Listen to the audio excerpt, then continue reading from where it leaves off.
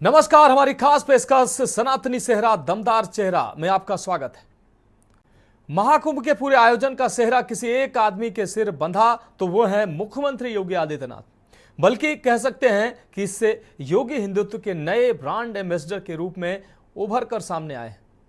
योगी सनातन के सबसे बड़े ध्वजवाहक माने जा रहे हैं। इससे सियासी जानकार मान रहे हैं कि सीएम योगी के कदमों के आगे एक बड़ी मंजिल आ चुकी है, जो उन्हें सियासी पिच पर कहां ले जाएगी, इसका आने वाला वक्त में खुलासा हो जाएगा। ये खास रिपोर्ट देखिए। योगी सनातन के सबसे बड़े ध्वजवाहक। महाकुंभ तो खत्म हो गया, पर इस पर राजनीति तेज हो गई है।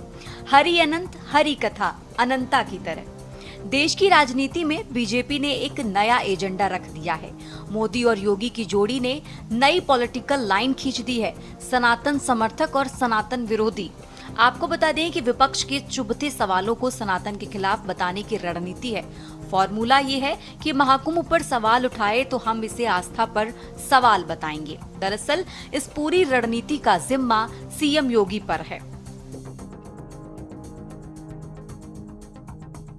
क्या संगम पे, क्या ऐरावत घाट पर, क्या गंगा जी के किसी भी घाट पर, क्या रेलवे स्टेशन पर, क्या बस स्टेशन पर, क्या अगल बगल के जनपदों में इतना बड़ा समागम प्रयागराज आने की लिए तत्पर दिखाई दे रहा था। लेकिन विरोधी और विपक्षी लगातार दुष्प्रचार कर रहे थे, बदनाम कर रहे थे, अपमानित करने की भाषा का उपयोग कर रहे थे। कोई काहिरा की घटना का दृश्य दिखा करके प्रयागराज को बदनाम करता था। प्रयागराज में मौनी अमावस्या के दिन 28 और 29 की रात्रि को दुखद घटना घटी थी। उन सभी परिवारजनों के प्रति हमारी संवेदना है, लेकिन बहनों और भाइयों, उसकी आड़ में काहिरा की घटना को, काठमांडू की घटना को, किसी अन्य जगह की घटना को प्रयागराज से जोड़ करके बदनाम करने की साजिशें हो रही थी। मुझे लगता है कि जनता जनार्दन ने एक सिरे से उन्हें खारिज करके प्रयागराज महाकुंभ में आकर के साबित किया कि नहीं, तुम्हारे दुष्प्रचार में अब नहीं आएंगे। सनातन का ध्वजा अब कभी झुकने वाली नहीं है। अर्थव्यवस्था के बारे में तो कहना ही क्या, दुनिया बहुचक है, आश्चर्यचकित है कि प्रधानमंत्री मोदी जी का मार्गदर्शन भारत को दुनिया की 5वीं बड़ी अर्थव्यवस्था बनाया है। और ये उन्हीं का मार्गदर्शन है। ये पहले भी संभावना थी। पहले के लोगों ने भारत की आस्था को सम्मान नहीं दिया। पहले की सरकारों ने भारत की आस्था को महत्व नहीं दिया।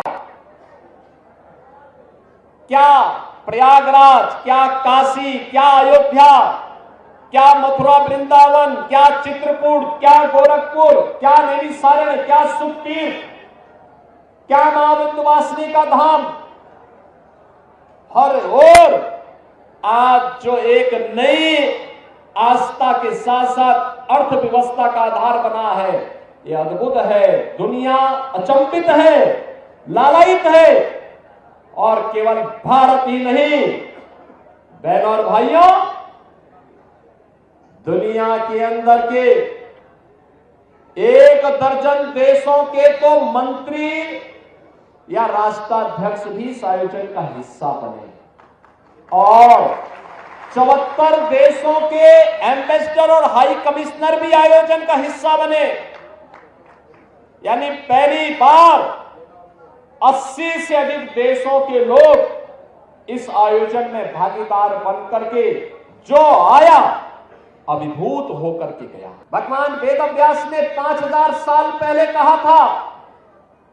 उन्होंने कहा था उस समय, भगवान वेदव्यास 5000 साल पहले एक ऐसे महर्षि हुए थे, त्रिकालदर्शी ऋषि हुए थे, जिन्होंने भारत के वैदिक ज्ञान की परंपरा को लिपिबद्ध करके आने वाली पीढ़ी को दिया था, एक संहिताबद्ध करने का काम किया था। भारत के अंदर वेदों को संहिताबद्ध करने का कार्य रहा हो, पुराणों और पुराणों को लिखने की शैली वर्तमान पीढ़ी को देने के लिए इसकी शुरुआत भगवान वेदव्यास ने की। तो उन्होंने एक बात कही थी, 5000 साल पहले उन्होंने कही थी कि मैं बाहें उठा करके चिल्ला चिल्ला के कह रहा हूं कि धर्म के मार्ग पर चलो, धर्म से ही अर्थ और कामनाओं की पूर्ति हो सकती है। और प्रयागराज महाकुंभ ने भगवान वेदव्यास की इस वाणी को सत्य साबित किया है। लाखों रोजगार मिले हैं। उत्तर प्रदेश की अर्थव्यवस्था में एक नया आयाम छूने के लिए उतावला दिखाई दे रहा है। कौन नहीं आया, किसने नहीं किया? शिवालिक पार्क नगर निगम ने बनाया, जितना इन्वेस्ट किया था उससे कई गुना उसने मुनाफा कमा लिया। ऐसे ही अन्य तमाम स्थानों पर ये चीजें हमें देखने को मिली। हमारी भी कोई जिम्मेदारी बनती है और अच्छे ढंग से। अब तक हमने श्रद्धालुओं के द्वारा कहीं पे कोई गंदगी पैदा की गई थी तो उस गंदगी को हमने स्वच्छ किया है, लेकिन अब शेष सामान के समेटने की कार्रवाई चल रही है। कोई कपड़ा होगा, कोई फूल होगा, कोई नारियल पड़ा होगा, कहीं पे जूते चप्पल पड़े होंगे, कहीं पे कुछ पड़ा होगा, कहीं पे कुछ अन्य घास फूस पड़ी होगी, कहीं पे तमाम अन्य मटेरियल जब पंडाल हटेंगे ये सब पड़ा होगा। इसको भी हटाने के कार्यक्रम के साथ जुड़ना पड़ेगा। अगला 15 दिन इस अभियान के साथ जुटना पड़ेगा, प्राण प्राण से जुटना पड़ेगा और सभी को जुटना पड़ेगा। हमारे सभी माननीय जनप्रतिनिधिगण, प्रयागराज के वासियों को भी मैं आह्वान करूंगा कि इस कार्यक्रम के साथ जुटेंगे तो बहुत अच्छा एक अभियान, अच्छा एक मैसेज आएगा। दूसरा, हमें सदैव सचेत रहना पड़ेगा। आज के इस अवसर पर जब हम लोग यहां पर आए हैं तो मैं आप सबसे दो बातें जरूर कहूंगा। प्रयागराज कुंभ में आपके द्वारा किए गए प्रयास के सराहना मैं तो करूंगा ही, लेकिन साथ साथ प्रधानमंत्री जी ने भी किया है और जो भी प्रयागराज में आया सबने इसकी तारीफ की। क्या देसी क्या विदेशी, क्या उत्तर प्रदेश का वासी रहा हो, क्या प्रयागराज वासी रहा हो, हर एक ने कहा स्वच्छता, बहुत स्वच्छता, अच्छा था। सीएम योगी बने हिंदुत्व का दमदार चेहरा। महाकुंभ के नाम पर देश की राजनीति एक नए मोड़ पर है। अयोध्या में राम मंदिर बन चुका है तो अब हिंदुत्व की गाड़ी कैसे आगे बढ़े, इसलिए चाल, चरित्र और चेहरा सब बदलने की तैयारी है। हिंदुत्व की जगह सनातन ने ले ली है। अब राम का नाम नहीं, महाकुंभ का नाम चलेगा। पीएम नरेंद्र मोदी ने बिहार से इस एजेंडे की घोषणा कर दी है। अब इसे आगे बढ़ाने में जुटे हैं यूपी के मुख्यमंत्री योगी आदित्यनाथ। इसी बहाने वे पीएम मोदी के बाद बीजेपी में सनातन के सबसे बड़े ध्वजवाहक बने हैं। संघ की शक्ति और उसका सामर्थ्य भी इस मुद्दे पर उनके साथ है। एक एक दिन हो या रात्रि हो, सुबह हो या शाम हो, शीतलहरी हो या भीषण धूप हो, लेकिन अनवरत रूप से कोई चलता रहा तो वो मीडिया चलता रहा। या तो मां गंगा की धारा चलती थी या मीडिया चलता था। और आपकी जो ये भूमिका थी सकारात्मक रूप से आगे बढ़ती रही और महाकुंभ प्रयागराज नए रिकॉर्ड बनाने के लिए उतावलापन दिखाते हुए 66 करोड़ 30 लाख से अधिक श्रद्धालुओं को मां गंगा, मां यमुना और मां सरस्वती की इस त्रिवेणी में आस्था की पवित्र डुबकी के साथ जोड़ते हुए आस्था और आर्थिकी के एक नए रिकॉर्ड को बनाने के लिए आगे बढ़ चुकी थी। बहन और भाइयों, ये आस्था और आर्थिकी का जो एक नया विजन प्रधानमंत्री जी ने दिया है कि स्पिरिचुअल टूरिज्म में भी पोटेंशियल है और उस पोटेंशियल का आधार कोई राज्य बन सकता है तो उत्तर प्रदेश बन सकता है। अभी गत वर्ष ही उत्तर प्रदेश में 2024 में 65 करोड़ श्रद्धालु और पर्यटक उत्तर प्रदेश के अंदर विभिन्न तीर्थ स्थलों में आए थे। अयोध्या धाम आए थे, काशी आए थे, मथुरा वृंदावन आए थे, प्रयागराज में आए थे, चित्रकूट में आए थे, मां विंध्यवासिनी के धाम में आए थे, गोरखपुर में आए थे, सुख तीर्थ में आए थे, नैमिषारण्य में आए थे। और अकेले प्रयागराज में 45 दिन में 66 करोड़ 30 लाख पर्यटक और श्रद्धालु आ चुके हैं। यानी नए नए रिकॉर्ड बनते हुए दिखाई दे रहे हैं। प्रयागराज महाकुंभ ने उत्तर प्रदेश के अंदर 5 स्पिरिचुअल टूरिज्म के कॉरिडोर उपलब्ध करवा दिए। प्रयागराज से मिर्जापुर और काशी का एक, प्रयागराज से अयोध्या और गोरखपुर का 2, प्रयागराज से लालापुर, राजापुर और चित्रकूट का 3, प्रयागराज से लखनऊ और नैमिषारण्य का 4 और प्रयागराज से बुंदेलखंड एक्सप्रेस होते हुए आगरा होते हुए मथुरा, वृंदावन और सुख तीर्थ का 5वां। ये 5 तीर्थों में पिछले 1.5 महीने से अधिक समय से लाखों की संख्या में श्रद्धालु है। महाकुंभ के पूरे आयोजन में यानी अस्थाई और अस्थाई इन सभी निर्माण के कार्यों को में डबल इंजन की सरकार में केंद्र और राज्य सरकार ने मिलकर के लगभग 7,500 करोड़ रुपया खर्च किया, जिसमें 200 से अधिक सड़कों का निर्माण, 9 फ्लाईओवर, 14 फ्लाईओवर, 9 अंडरपास, 12 कॉरिडोर। पहली बार प्रयागराज में कुछ ऐसा मिला देखने के लिए जो पर्यटकों को अपनी ओर आकर्षित करता था। आपने देखा होगा अक्षयवट कॉरिडोर, मां सरस्वती कॉरिडोर, कूप कॉरिडोर, पातालपुरी कॉरिडोर, बड़े Hanuman ji corridor, Maharshi Bharadwaj corridor, Nagvasuki corridor, Shringverpur corridor, Dwadash Madhav corridor, यानी ये अलग अलग प्रकार के 12 कॉरिडोर प्रयागराज में विकसित हुए हैं, जो टूरिज्म की दृष्टि से हर एक श्रद्धालु को अपनी ओर आकर्षित किया। श्रद्धालु जनों की सुविधा के लिए प्रयागराज सिटी के अंदर हम लोगों ने उत्तर प्रदेश सरकार के और केंद्र सरकार के मिलकर के लगभग 1 लाख कार्मिक इस पूरी व्यवस्था के साथ जुड़ करके, अधिकारीगण जुड़ करके इस पूरे कार्यक्रम को सफलता की नई ऊंचाई तक पहुंचाए, जिनमें सर्वाधिक सुरक्षाकर्मी उत्तर प्रदेश पुलिस बल के थे, पीएसी के थे, फायर सर्विसेज के थे, जल पुलिस के थे, होम गार्ड के थे, पीआरडी के जवान थे, एटीएस और एसटीएफ के कमांडो भी हम लोगों ने तैयार किए थे। और पूरे मेले को फेस रिकॉग्निशन के साथ जोड़ते हुए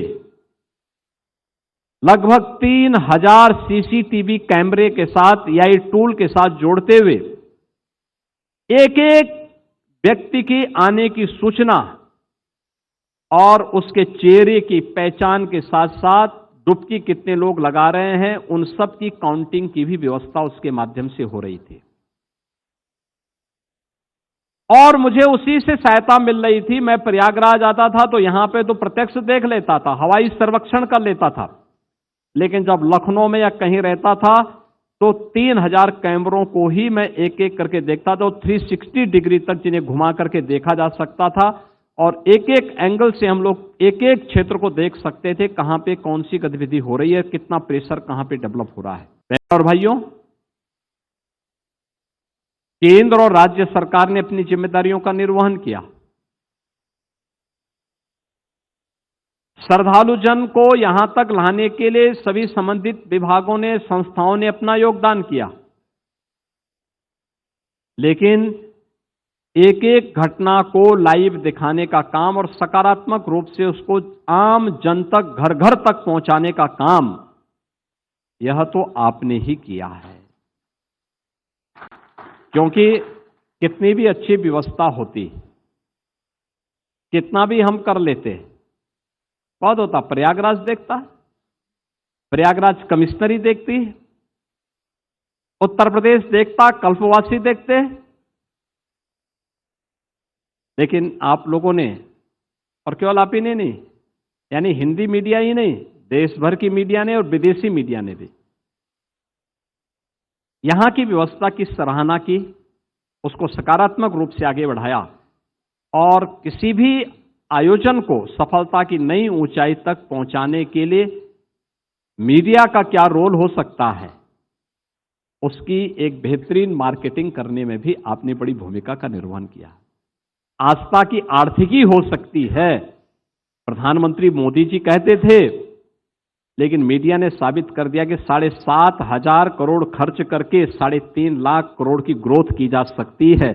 यह भी मीडिया ने बता दिया है दुनिया को, और दुनिया कौतूहल और आश्चर्य की निगाहों से इन सब बातों को देख रही है। एक नया शोध का विषय दिया है, मैं लगातार देख रहा हूं, मेरे पास लगातार IIM से और नेशनल इंटरनेशनल इंस्टीट्यूशन से पत्र आ रहे हैं कि क्राउड मैनेजमेंट कैसे होता है, आस्था और आर्थिकी का समन्वय कैसे हो सकता है। ये तो पहली बार ये विषय मिला।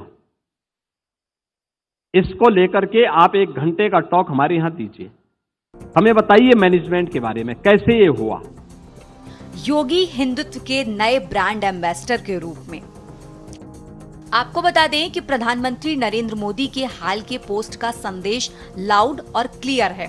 दरअसल महाकुंभ के पूरे आयोजन का सेहरा किसी एक आदमी के सिर बंधा तो वो मुख्यमंत्री योगी आदित्यनाथ के, बल्कि इससे योगी हिंदुत्व के नए ब्रांड एम्बेसडर के रूप में उभरे। योगी आदित्यनाथ के महाकुंभ वाले प्रयासों ने उनकी छवि पर इस वक्त सनातन के संरक्षक की बना दी है। बीते 4 दिनों में पीएम मोदी महाकुंभ के आयोजन को लेकर 2 बार उनकी पीठ थपथपा चुके हैं। इसके बाद से योगी के हौसले 7वें आसमान पर हैं। अपने प्रयासों और बयानों से योगी ने राजनीति को 2 हिस्सों में बांट दिया, एक सनातन प्रेमी, दूसरे सनातन विरोधी। महाकुंभ की आलोचना हुई तो उन्होंने इसे आस्था पर उठा सवाल बना दिया। योगी ने कहा कि महाकुंभ में जिसने जो तलाशा उसे वही मिला। लाश गिनने वालों को योगी ने गिद्ध और गंदगी ढूंढने वालों को सुअर तक कह दिया। ऐसा उन्होंने विधानसभा में कहा, फिर अगले दिन विधान परिषद में भी। आखिर यही तो योगी की रणनीति है। किसी ने सच कहा कि महाकुंभ में जिसने जो तलाशा उसको वह मिला। गिद्धों को केवल लाश मिली, सूअरों को गंदगी मिली, संवेदनशील लोगों को रिश्तों की खूबसूरत तस्वीर मिली, आस्थावानों को पुण्य मिला, सज्जनों को सज्जनता मिली, गरीबों को रोजगार मिला, अमीरों को धंधा मिला, श्रद्धालुओं को साफ सुथरी व्यवस्था मिली, पर्यटकों को अव्यवस्था मिली, सद्भावना वाले लोगों को जाति रहित व्यवस्था मिली, भक्तों को भगवान मिले। मतलब सबने अपने स्वभाव और चरित्र के अनुसार चीजों को देखा है। मानव इतिहास का सबसे बड़ा आयोजन यूपी सरकार। बता दें कि यूपी सरकार के मुताबिक सनातन धर्म को मानने वाले दुनिया के 60% से अधिक लोगों ने संगम में स्नान किया। यूपी सरकार ने कहा कि ये मानव इतिहास का सबसे बड़ा आयोजन रहा। इससे पहले इतनी बड़ी संख्या में लोगों के सहभागी होने के प्रमाण नहीं हैं। बता दें कि महाकुंभ शुरू होने से पहले यूपी सरकार ने कुंभ में 40 से 45 करोड़ श्रद्धालुओं के आने का अनुमान लगाया था, क्योंकि साल 2019 में अर्ध कुंभ में 24 करोड़ लोगों ने संगम में डुबकी लगाई थी, लेकिन ये रिकॉर्ड 2025 में टूट गया। इस आंकड़े की माने तो महाकुंभ में हर रोज करीब 1.5 करोड़ से ज्यादा श्रद्धालुओं ने पवित्र संगम में डुबकी लगाई।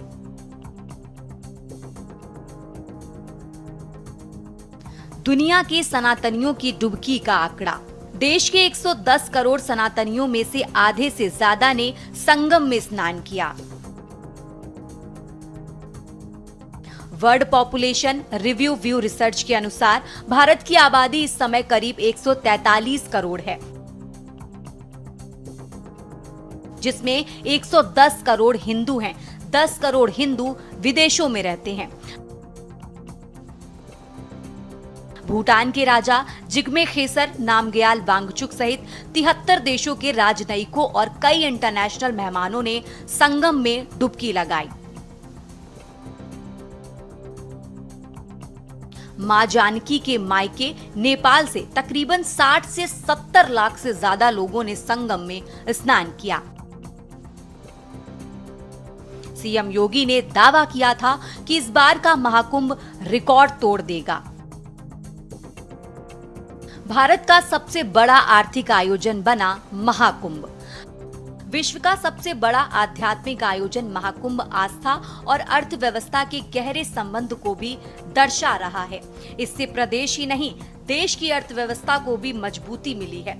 महाकुंभ 2025 ने अर्थव्यवस्था के क्षेत्र में नया कीर्तिमान स्थापित किया है। बता दें कि प्रयागराज में 45 दिनों तक चले महाकुंभ मेले ने उत्तर प्रदेश की अर्थव्यवस्था को 4 लाख करोड़ से ज्यादा का बढ़ावा दिया है। देश विदेश से करोड़ों श्रद्धालुओं ने इसमें भाग लिया, जिससे पर्यटन, परिवहन जैसे कई क्षेत्रों को लाभ हुआ। आज आपके लिए स्वयंभोज के साथ हम यहाँ पर आए हैं। मैंने परिवहन मंत्री से कहा है कि वह परिवहन विभाग के चालक परिचालकों के साथ ही स्वयंभोज करेंगे और आपके साथ ही वे रहेंगे, आपके साथ ही भोजन करेंगे।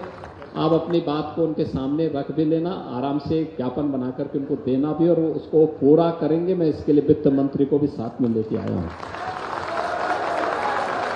लेकिन मैं एक बात के लिए आपको ये बोलना चाहता हूं कि आप लोगों ने जो सेवा की है, कुंभ महाकुंभ में जिन लोगों ने सेवा की है, उन लोगों को हम लोग एक बोनस देने जा रहे हैं, और वह बोनस जो यहां पर दिया जा रहा है वह 10,000 रुपए का आपको अतिरिक्त यहां पर दिया जा रहा है कुंभ के लिए। इसके अलावा और भी अन्य घोषणाएं हम लोगों ने आज सुबह के सत्र में की हैं।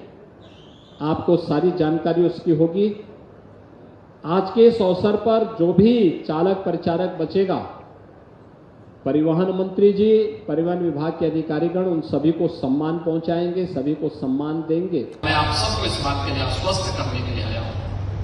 एक मत्स्य संपदा योजना के अंतर्गत प्रधानमंत्री मत्स्य संपदा योजना में मत्स्य पालन के साथ जुड़े हुए सभी निषाद और इस परंपरा से जुड़े हुए सभी नागरिकों के कल्याण के लिए ये डबल इंजन की सरकार कार्य कर रही है। और हमने उत्तर प्रदेश के अंदर एक और योजना उसके साथ जोड़ी है कि जो भी नाविक के काम से जुड़े हुए हैं उन बंधुओं के लिए हम लोग मुख्यमंत्री कोष से एक योजना के तहत नाव खरीदने के लिए धनराशि उपलब्ध करना। आपकी नाव बहुत सारे लोगों को पार करती है, तो हम लोगों ने अपने सरकार के खजांची खन्ना जी को कहा कि भाई कुछ पैसा तो इसमें जाना चाहिए, और इसीलिए वे आ जाए। और इस बार 7,000 परिवहन निगम की बसेज, 750 शटल बसेज तीर्थ यात्रियों की सेवा के लिए कार्य कर रही थी। 3.25 करोड़ से अधिक यात्रियों को लाने ले जाने की सुविधा परिवहन निगम ने उपलब्ध करवाई। और जहां के लिए हम बोलते थे रेलवे लगा रहा, लेकिन जब लगता था कि ज्यादा लोड हो रहा है तो वहां बसेज खड़ी होती थी, और बसेज से तत्काल इस कार्यक्रम को परिवहन मंत्री जी, परिवहन विभाग के अन्य अधिकारीगण, यूपीएसआरटीसी के एमडी और अन्य अधिकारी पूरी तत्परता के साथ इस आयोजन के साथ जुड़े रहे। दिन हो, रात्रि हो, सुबह हो, शाम हो, उसकी परवाह किए बगैर उन्होंने कार्य किया। योगी के कदमों के आगे एक बड़ी मंजिल। कुंभ ने कई मौकों पर देश की राजनीति की दशा और दिशा बदली है। अब से 12 बरस पहले की बात है। साल 2013 के कुंभ मेले में ही बीजेपी की राजनीति ने नई अंगड़ाई ली थी। तब आरएसएस ने संतों के सामने नरेंद्र मोदी का नाम आगे किया था। संतों का आशीर्वाद मिला और फिर गोवा में बीजेपी की कार्यकारिणी में नरेंद्र मोदी बीजेपी के चुनाव प्रचार अभियान समिति के प्रमुख बने। वैसे तो 2013 और 2025 के महाकुंभ और बीजेपी की परिस्थितियों में थोड़ा फर्क है। उन दिनों बीजेपी सत्ता से बाहर थी, पर आज वो केंद्र और यूपी दोनों जगहों पर सत्ता में है, जिसे डबल इंजन की सरकार कहते हैं। मौनी अमावस्या को हुई भगदड़ के बाद सभी संतों और अखाड़ों ने योगी आदित्यनाथ का साथ दिया। अखाड़ों के स्नान का कार्यक्रम कुछ समय के लिए रुका, पर टूटा नहीं। प्रयागराज में संतों का आशीर्वाद योगी के साथ रहा। वे खुद गोरक्ष पीठ के महंत हैं। आरएसएस हमेशा आज और आने वाले कल पर काम करता है। संघ धीरे अपनी जमीन तय करता है और उसी समय भविष्य का नेता भी। इस महाकुंभ की शानदार सफलता के बाद जिस तरह प्रधानमंत्री नरेंद्र मोदी ने योगी की तारीफ की और जिस तरह आरएसएस उन्हें पसंद करता है, उसमें योगी के कदमों के आगे एक बड़ी मंजिल हो सकती है। पर उससे पहले एक विवाद अब खत्म हो गया है, यही कि पीएम मोदी के बाद हिंदुत्व का सबसे बड़ा चेहरा कौन। स्पेशल डेस्क के न्यूज इंडिया। तो हमारी खास पेशकश में फिलहाल अभी के लिए इतना ही। मुझे दीजिए इजाजत और आप देखते रहिए के न्यूज इंडिया। आप देख रहे हैं के न्यूज, खबरों का सारथी।